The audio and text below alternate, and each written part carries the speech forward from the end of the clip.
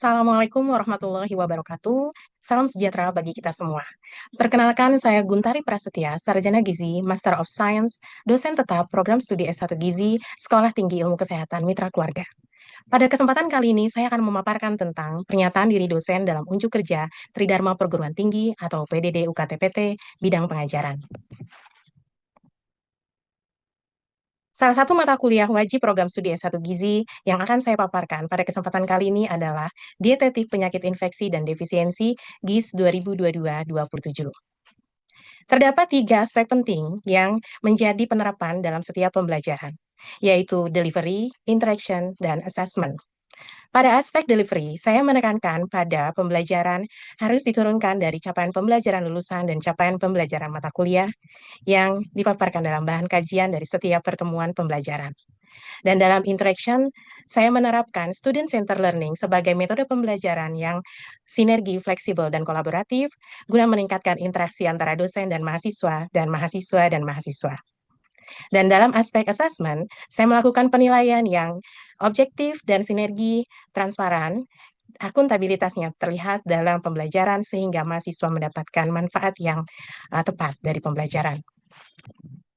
Dalam rencana pembelajaran semester, mata kuliah Dietetik Penyakit Infeksi dan Defisiensi merupakan mata kuliah wajib program studi dengan besaran SKS 3 SKS terdiri dari teori 2 SKS dan praktikum 1 SKS. Bentuk plan pembelajaran merupakan kuliah dan praktikum dan diberikan pada mahasiswa berjalan semester 4. Mata kuliah ini membahas tentang prinsip dietetika dan penata laksanaan diet dalam proses asuhan gizi terstandar sebagai alternatif pencegahan dan penunjang pengobatan pada penyakit infeksi dan defisiensi. Dalam capaian pembelajaran lulusan, dipaparkan kepada mahasiswa tiga aspek penting dalam capaian pembelajaran lulusan, yaitu sikap, pengetahuan, dan keterampilan baik umum dan khusus. Dari capaian tersebut turun capaian pembelajaran mata kuliah yang nantinya akan memberikan pemaparan setiap materi dari pertemuan. Mahasiswa mampu menjelaskan dan menginterpretasikan konsep proses asuhan gizi terstandar pada setting klinik rawat inap dan dapat menginterpretasikan dasar penata laksanaan diet, menentukan kebutuhan gizi pada orang sakit, dan merumuskan diet berdasarkan toleransi kemampuan makan pasien, dan mahasiswa dapat menunjukkan sikap aktif percaya diri dalam merumuskan diet pada pasien dengan penyakit infeksi dan defisiensi. Bahan kajian atau materi pembelajaran terdiri dari 12 aspek penting dan nanti akan diturunkan dalam 14 pertemuan, tidak termasuk UTS, UAS, dan ujian praktikum. Pustaka yang digunakan dalam pembelajaran menekankan pada orientasi kebaruan atau pemutakhiran dan integrasinya dengan hasil penelitian terkini, salah satunya adalah penelitian yang dilakukan oleh dosen pengampu. Dan dalam media pembelajaran, digunakan media pembelajaran yang tepat dan juga mendukung untuk proses pembelajaran, baik luring maupun daring atau online seperti learning management system. Dalam proses interaction, metode pembelajaran yang digunakan adalah student center learning atau berpusat pada mahasiswa. Pada kelas teori digunakan beberapa metode seperti discovery learning, kooperatif dan kolaboratif learning, case study, problem based learning yang merupakan pengayaan dari kasus-kasus yang diberikan kepada mahasiswa sehingga mahasiswa dapat menentukan dan merumuskan penata laksanaan diet bagi pasien pada setting klinik rawat inap. Sehingga terdapat kelas teori, praktikum non-laboratorium atau kelas responsi, dan praktikum laboratorium berupa simulasi pengolahan makanan dari mulai perencanaan menu makanan sampai dengan penyajian. Dalam aspek asesmen penilaian, secara objektif dosen menilai komponen-komponen unsur penilaian terdiri dari ujian teori tengah semester dan akhir semester, tugas terstruktur dari kuis individu dan kelompok, serta ujian praktikum ke-1 dan ke-2. Demikian materi pemaparan PDD UKTPT yang saya sampaikan selanjutnya. Selamat menyimak proses pembelajaran yang terekam dalam proses pembelajaran luring mata kuliah Dietetik Penyakit Infeksi dan Defisiensi. Terima kasih. Baik, bismillahirrahmanirrahim. Assalamualaikum warahmatullahi wabarakatuh. Waalaikumsalam warahmatullahi wabarakatuh. Selamat pagi semuanya. Pagi, Bu. Bagaimana kabarnya Anda hari ini? Baik. Baik, dan semangat selalu ya. Untuk perkuliahan selanjutnya, ini kita masuk sesi ketiga.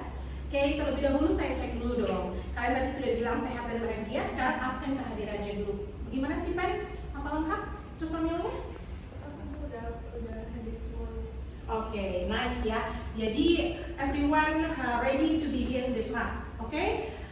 Baik, pada kesempatan hari ini ya, kita akan mempelajari bersama tentang overview standardized nutrition care process atau proses asuhan gizi terstandar. Ya, sebelumnya kalian sudah mempelajari apa sih dari materi dietetik penyakit infeksi dan defisiensi? Yang materi sebelumnya itu ada kita belajar materi estimasi kebutuhan energi dan zat gizi pada orang sakit. Iya, selain estimasi kebutuhan gizi pada orang sakit, apa lagi yang dipelajari? Terkait dengan diet berdasarkan kepadatan makanan. Good, ya. Jadi kalian jangan lupa sama pertemuan sebelumnya, karena setiap pertemuan itu pasti terkait dengan pertemuan selanjutnya. Ya, baik. Sekarang kita masuk PAGT, ya. Nah, outline yang akan Anda pelajari di sini adalah dari capaian pembelajaran, pendahuluan, definisi dari PAGT, kemudian aplikasi PAGT, tahapannya, dan pustaka yang diacu, sehingga kalian aku nggak bingung ya kuliahnya diarahkan ya apa saja materi dan pustakanya. Nah, diharapkan setelah mengikuti perkuliahan ini, Anda mampu menjelaskan dan menguraikan konsep PAGT dalam setting klinik rawat inap. Ya, karena memang utamanya ini dulu nih, kalian bisa tahu tidak PAGT di setting rawat inap di rumah sakit. Walaupun tentu sebagai seorang profesional nutrisionis nantinya, kalau kalian nanti melanjutkan sebagai nutrisionis, rawat jalan juga Anda perlu perhatikan ya. Jadi tidak hanya rawat inap. Tapi di sini kita fokus dulu konsep PAGT pada setting klinik. Nah, sebagai pendahuluan, kalian familiar nggak dengan wajah portret berikut ini? Iya, familiar? Kalau di dunia kesehatan harus familiar dong. Yang pertama ini siapa? Iya, Hippocrates. Bapak Hippocrates, seorang bapak kedokteran modern. Ya, kemudian yang bawah mungkin kalian tidak terlalu familiar ya. Di sini George Herbert. Nah, kedua tokoh besar ini menekankan pada apa sih kalau kalian lihat dari statementnya? Let your food be your medicine and your own medicine be your food. Makanan itu sebagai obat harapannya. Maksudnya gimana? Jadi kalau orang sakit bisa sembuh nggak dengan makanan yang baik dan sehat? Bisa. Nah, dilanjutkan oleh George Herbert yang menyatakan whatever was the father of a disease, an ill diet was the mother. What is the meaning of this? Coba siapa yang mau menyampaikan? Mirip-mirip dengan Bapak Hippocrates tadi loh. Ayo, ya jangan malu-malu ya kan? Kalau dari versi ini, menurut saya lebih ke apapun dari penyakitnya, untuk obatnya itu juga bisa dari diet atau makanan itu. Iya betul. Analoginya seorang ibu itu selalu melindungi anaknya, selalu menjaga, merawat, sehingga if you have any problem with your body, then the ill diet atau an ill diet will become the cure atau penyembuh. Harapannya seperti itu. Wah, jadi penting banget ya apa yang masuk ke dalam tubuh kita dari makanan yang kita konsumsi itu bisa memberi manfaat kesehatan ya atau bahkan penyembuh. Begitu harapannya. Oke, lanjut. Nah, di sini dijelaskan bahwa profesi dietetik itu pertama kali disimpulkan atau dinyatakan pada masa ada American Home Economic Association. Ya, seorang individual with knowledge of food who provide diet therapy for the medical profession. Jadi seseorang dengan pengetahuan tentang makanan yang menyediakan terapi diet untuk profesi medis atau kaitannya dengan penyembuhan penyakit ya. Kemudian berkembang sampai dengan 1917 ya, terafiliasi dengan American Dietetic Association ADA, dan 2003 ini ada ya definisi baku dari ADA diluncurkan tentang Standardized Nutrition Care Process (SNCP). Ya, yang mana sekarang ADA ini sudah berubah namanya menjadi Academy Nutrition and Dietetic, Academy of Nutrition and Dietetics. Ya, nah ini adalah definisi PAGT. Ya, coba kalian pahami baik-baik definisinya di sini. Coba kita terjemahkan bersama-sama ya. A systematic problem solving method that dietetic professional use to critically think. Ini dulu, artinya apa? Sebuah metode pemecahan masalah yang sistematis yang digunakan oleh profesional dietetik untuk berpikir kritis dan make decisions, mengambil keputusan to address nutrition related problems and provide safe, effective, high quality nutrition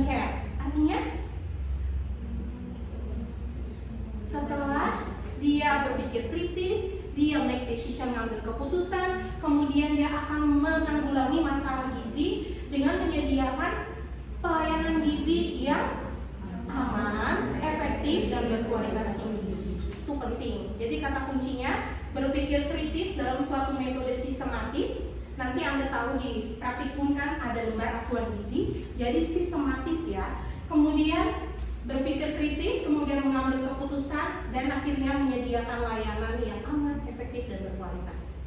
Itu. Nah, jadi sekarang Ibu mau bertanya, kalau pasien masuk rumah sakit, itu apakah semuanya wajib mendapatkan PAGT? Silakan, siapa yang? Oke, Sani, silakan Sani. Tidak semua pasien itu harus melewati proses PAGT. Jadi sebelumnya pasien tersebut harus melakukan screening terlebih dahulu. Jika pasien tersebut dinilai beresiko akan melanjutkan proses PAGT. Iya, 100 kali tepuk tangan dulu. Ini senang ya kalau kalian sudah baca terlebih dahulu materinya sebelum dosen menerangkan. Ya, betul sekali. Jadi ada tahapan screening namanya. Itu bukan penilaian status gizi tapi screening gizi. Dilakukan pertama kali oleh perawat, kemudian divalidasi lagi oleh ahli gizi. Jadi saat masuk rumah sakit kan biasa dicek ya tanda vital dan seterusnya oleh perawat, termasuk berat badan dan tinggi badannya. Sehingga apabila perawat menemukan ya dari pertanyaan-pertanyaan hasil screening gizi, oh pasien ini berisiko ya, berisiko masalah gizi, maka dia akan masuk proses PAGT. Sementara yang tidak, maka dia pasien reguler ya, yang biasa. Oke? Nah, dalam aplikasinya ini PAGT diterapkan gizi klinik, gizi masyarakat, dan riset ya. Jadi tidak hanya terbatas pada setting klinik sebetulnya. Makanya nanti seorang dietitian ya, if you want to continue your professional and you get the dietitian RD, then you can able to adapt the nutrition care process in the society as well. Jadi nggak hanya di rumah sakit tapi sampai masyarakat, termasuk riset ya. Sasarannya adalah individu dan kelompok. Kalau kita lihat model kualitasnya ini ditunjukkan dari pertama seorang tenaga gizi itu punya evidence-nya dulu dong. Kalian nih mengerjakan kasus harus ada landasan ilmiahnya ya, betul? Jadi bukan katanya kenapa pasien daya terimanya menurun? Kan kalian harus tanyakan dulu melalui proses anamnesis ya. Harus dulu mengecek asupan makan sebelum masuk rumah sakit dan saat dirawat. Begitu. Jadi tidak tiba-tiba oh pasiennya lemah Bu karena tidak mau makan, hanya itu saja. Tidak. Jadi ada base evidence dan protokolnya. Kemudian ada proses asuhannya, ya apakah konseling langsung kepada pasien atau memberikan persuasif approach kepada keluarga pasien, ya. Dan akhirnya outcome-nya adalah perbaikan kualitas dari pelayanan dan status kesehatan pasien, derajat kesehatan dan status gizinya, ya. Nah, jadi kalau dilihat dari butir tahapannya, ini ada tahap pertama adalah nutrition assessment. Artinya penilaian atau pengkajian gizi. Kemudian nutrition diagnosis. Nah, dalam tahap kedua ini biasanya mahasiswa kesulitan. Ya, kenapa ya Bu susah banget nih menyetarakan atau menyesuaikan antara problem dalam domain intake, klinis, dan behavior dengan etiologi dan simptomnya. Karena PAGT itu kan ada terminologinya, ya, ada problem, etiologi, sign, simptom. Nanti kita lihat. Nah, kemudian setelah didiagnosis gizi, bukan diagnosis medis ya, teman-teman, ya. Tetapi di sini diagnosis gizi, kemudian di sini nutrition intervention. Ya, nutrition intervention ini adalah intervensi gizi, bisa dari modifikasi diet, bisa dari konseling gizi, ya. Kemudian berikutnya monitoring dan evaluasi. Nah, untuk mendapatkan keberhasilan dari hasil intervensi ini, tentunya ahli gizi perlu kolaborasi interprofesional dengan tenaga medis lainnya, seperti perawat, ya dokter yang bertanggung jawab pada pasien, farmasi, dan laboratorium medis, ya. Jadi tidak bisa dong hanya berdiri sendiri, gitu ya. Kemudian hasil monitoring evaluasi ini nanti akan dikaji dari apa yang dikaji di awal, apakah pasien sudah ada perbaikan, peningkatan status dari parameter-parameter yang dikaji, atau bahkan harus mengulang lagi. Oh, daya terimanya masih rendah setelah 3 hari pemberian diet, setelah 1 minggu masih kurang dari 80%. Berarti pasiennya harus diakses kembali, ya. is there something wrong with the intervention atau interventionnya belum sesuai dan tepat, ya? Nah, itulah yang akan dilakukan oleh Anda nanti sebagai seorang tenaga gizi, ya. Jadi berikanlah intervensi sesuai dengan kebutuhan gizi dan keadaan pasien. Sangat penting sekali. Nanti jangan membuat pasien seperti hitung-hitungan angka aja. Oh, yang penting Bu, ini kata Bu Buntari waktu di kuliah harus angkanya sesuai kebutuhannya. Nggak begitu juga. Setelah sesuai, relate, dan sesuai kemampuan toleransinya nggak, pasien bisa terima nggak makanannya ya? Betul nggak? Iya, oke. Lanjut ya. Nah, di sini ada slide satu persatu. Nanti Anda bisa membaca lagi uraian butir-butirnya ya. So, I will not explain it in the detail, but you have to understand this step pengajian gizi itu mencakup aspek antropometri, biochemical, clinical, and dietary. Apakah mungkin pasien nggak semuanya diakses? Mungkin tidak. Yes or no? Yes, mungkin, possible. Kalau yang di ICU gimana? Bisa nggak ditimbang berat badannya kalau lagi di ICU? Enggak. Kalau lagi pasang ventilator juga nggak bisa ditanyai kemarin makan apa, iya kan? Jadi harus disesuaikan dengan keadaan pasien, pengajiannya juga. Dan parameter yang dipilih pun harus dikumpulkan dan diverifikasi sesuai dengan keadaannya saat perawatan, ya. Oke. Lanjut diagnosis gizi. Nah, disinilah yang kalian nanti pasti akan sangat berpikir kritis tadi yang diharapkan oleh ADA di awal ya. Nah, jadi problemnya apa? Ini adalah identification atau identifikasi dan pemberian nama masalah gizi yang aktual, artinya saat ini aktual dialami pasien, atau berisiko menyebabkan masalah gizi yang merupakan tanggung jawab dietitian untuk menanganinya secara mandiri. Nah, ada 3 domain. Ini ada buku referensi yang kalian bisa nanti lihat-lihat padanannya ya. Kalau domain intake tuh masalahnya apa saja, dibutir-butir apa, nanti penyebabnya itu biasanya apa, kemudian ada diagnosis medisnya, dislipidemia dan disfagia. Nah, diagnosis gizinya coba siapa yang mau membacakan biar teman-temannya semua ikut paham. Silakan. 10 mg per desiliter dan mengkonsumsi hamburger atau sandwich sebanyak 10 kali per minggu. Oke, sekarang saya tanya Maura. Maura, problemnya ada di mana P-nya? Iya, betul ya. Setuju ya semuanya? Nah, etiologinya yang mana? Iya, berkaitan dengan seringnya mengonsumsi makanan cepat saji dan sign simptomnya? Iya, betul. Jadi di sini adalah sign symptom ya. Kadar kolesterolnya dia lebih dari normal. Kemudian konsumsi hamburger atau sandwichnya 10 kali per minggu. Banyak banget ya. Ini orangnya addicted, suka banget ya sama hamburger atau sandwich. Nah, bedanya dengan yang pertama ini apa? Ini domain apa? Intake. Ini domain klinis ya. Kesulitan menelannya harus dicek dulu ya. Seperti apa kesulitan menelannya? Nah, ini adalah domain klinis kaitannya dengan komplikasi pasca stroke. Jadi penyebabnya pasiennya baru pasca stroke. Kemudian ditandai hasil tes menelan dan gangguan selama makan. Ini menghambat daya terima tidak? Menghambat, sehingga nanti harus di follow up dengan intervensi yang sesuai. Nah, sinilah masuk intervensi. Anda melakukan aktivitas dan bahan yang digunakan untuk menanggulangi masalah gizi dari perencanaan diet, preskripsi, dan implementasi. Kalian ingat nggak kalau kalian itu ya kayaknya di sini semua ada yang pernah mengalami rasa sakit ya atau kondisi sakit ya. Nah, terus kan dokter memberikan resep obat ya. Resep obat itu jelas ya apa saja obat, jenisnya, kapan waktu minumnya, dan frekuensi waktu minumnya, berapa kalinya. Sama makanan juga. Jadi dikatakan preskripsi kayak preskripsi obat gitu ya. Ini preskripsi diet ya. Berapa banyak kebutuhan gizi yang harus diberikan, disediakan untuk pasien dalam sehari, setiap waktu makannya berapa. Kemudian nanti dicek bentuk konsistensinya seperti apa agar pasien dapat makan ya. Misalnya, mem, kalorinya totalnya sampai 2.500 kilokalori, tapi diberikannya harus dengan makanan lunak atau makanan biasa atau makanan bahkan makanan sari. Gimana caranya?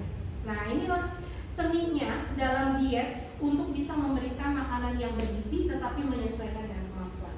ya. Kemudian setelah itu frekuensinya. Jadi sudah tentukan bentuknya, kebutuhan gizinya, mau difrekuensikan berapa, mau didistribusikannya di waktu berapa kali dalam sehari. Yang kalian pernah tahu kalau makan itu berapa kali makan utama?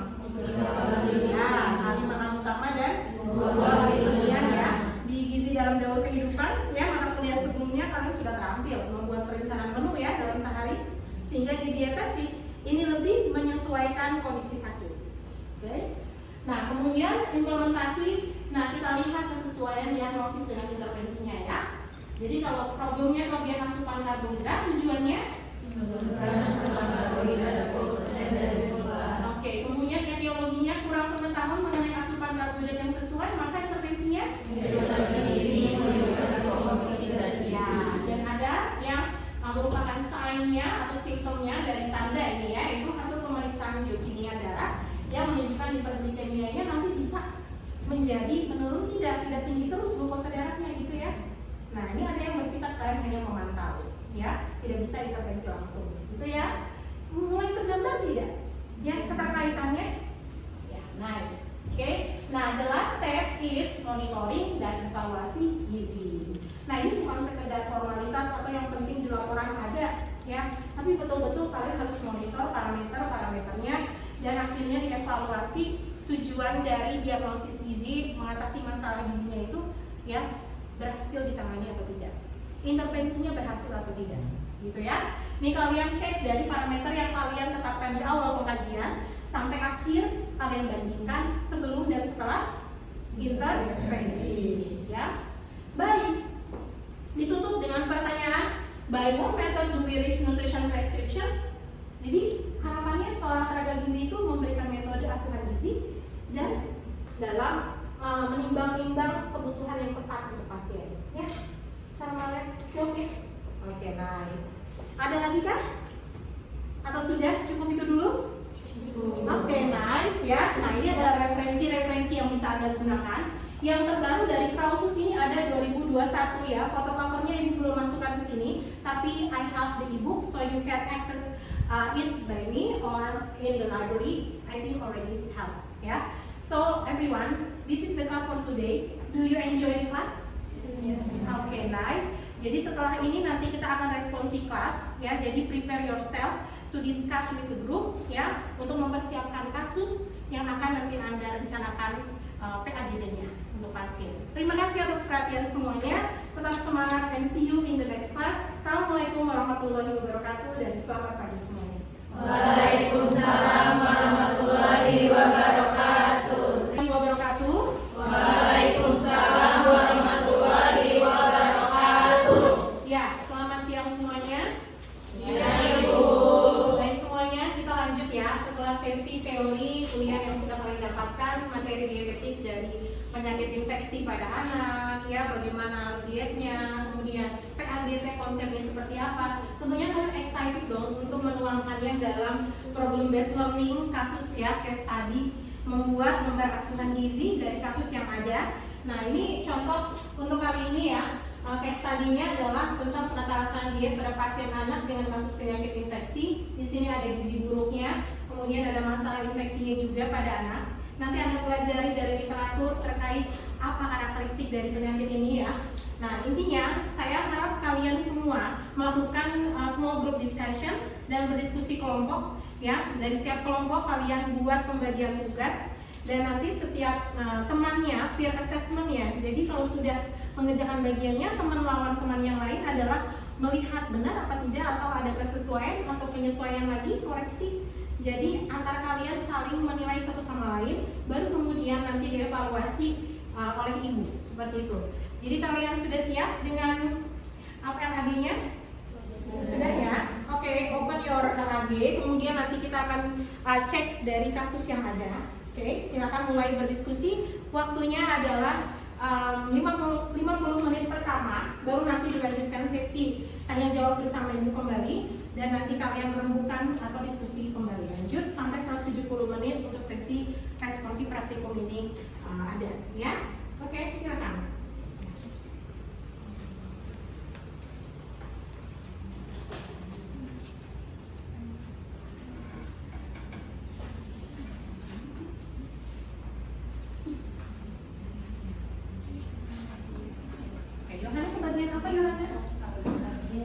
pengkajian ya. Jangan lupa kalau setiap pengkajian itu, asesmen itu harus diinterpretasi. Jadi bukan hanya dia normal nggak normal, tapi interpretasi dari setiap parameter itu apa, ya? Jangan lupa itu, oke? Ya, di sini sudah ada yang dapat bagian diagnosis gizi? Sudah ada ya. Nanti pilih yang paling prioritas ya. Nah ini bingung-bingungnya nggak apa-apa, berarti kalian berpikir. Tapi intinya pilih yang paling prioritas untuk menjadi diagnosis gizi. Kuncinya intervensi gizi harus menjawab diagnosis. Jadi diagnosisnya apa, intervensinya sesuai. Kalau misalnya banyak diagnosisnya, kalian sanggup nggak memberikan intervensi sebanyak itu? Ya, jadi cek kembali. Oke? Makasih ya. Nah, kalau di kelompok ini monefnya bagaimana monef? Siapa yang di monef? Najla Bu. Najla. Oke, Najla, jangan lupa kalau monef itu bahasanya targetnya harus jelas ya. Misalnya contohnya gimana kalau antropometri? Targetnya adalah misalnya sebelumnya penurunan berat badan, maka targetnya Berat badannya udah tercapai dari yang intervensi sebelumnya. apakah bisa langsung mencapai berat badan yang normal saat dirawat inap? Paling tidak terjadi lagi apa? Ya, tidak terjadi lagi penurunan berat badan yang tidak diharapkan ya. Nah, kalau yang perilaku mudah nggak untuk menilainya, untuk memonitornya? Menurut Velika gimana? Mudah tidak kalau perilaku? Bisa, tetapi ada batasannya. Paling tidak dari pengetahuan dulu ya, pengetahuan caretakernya yang menjaga pasien atau pasien yang langsung kalau Anda bisa berkomunikasi. Nah kalau kita kan paper based nih ya, kasusnya nggak langsung dengan pasien. Jadi coba dipikirkan dengan baik apakah prioritas untuk diagnosis yang bagian perilaku. Ya dicek kembali di sana. Oke? Ya baik semuanya, selamat mengerjakan.